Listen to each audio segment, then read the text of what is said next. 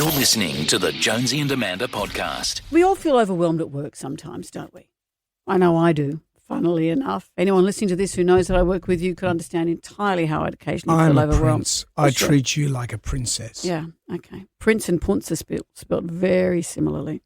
But imagine being a daycare worker. I think that'd be one of the hardest jobs. It was the easiest thing in the world to drop your kid off at daycare and go, phew. I remember at the end of the school holidays, there'd be school holidays, but the daycare holidays, because the kids are smaller and harder to entertain, the minute the daycare reopened after Christmas, people wouldn't even stop their cars. We'd just pretty much punt the kids out the open door. I walked past a daycare centre the other day and it's got their little cage, the fence.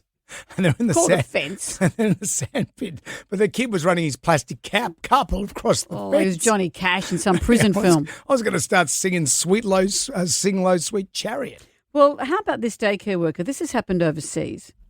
They were feeling so overwhelmed they wanted to go home early and just wanted to get the kids out of her hair. So she gave all the toddlers laxatives. Goodness. The police department said they were contacted by multiple parents who said their children had been given a chewable laxative by one of the daycare teachers. Funnily enough, she's been sacked since then. But that could easily backfire. If you give everyone laxatives and you phone the parents and no one's answering the phone, they can't come and pick them up, then this is all on your watch. Yeah. My mother was obsessed with laxatives. Remember when we were younger?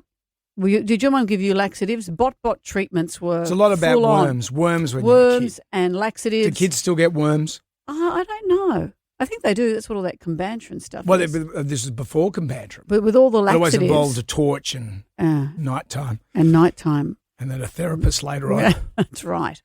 Well, I remember getting little squares of chocolate, and it's not like today where kids have hot and cold running chocolate in their lives, don't they? We didn't have that. So if I was offered laxatives, yes, please. I'd have been the toddler that said, I don't care about the fallout, just give me the choc.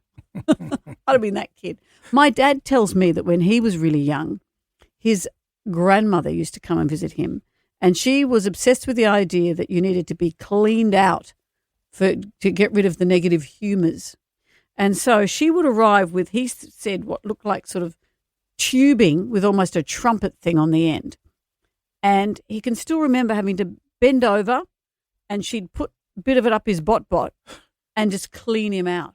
So grandma's come to stay were the worst words he could ever hear. She'd bring the enema with him.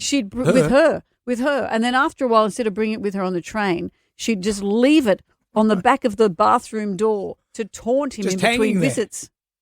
Did Art ever get rid of it? I would have got rid of it. No. Maybe he's in it. He maybe liked it. That's grandma coming. $5 in the Christmas card will do. Thanks very much. You don't need that.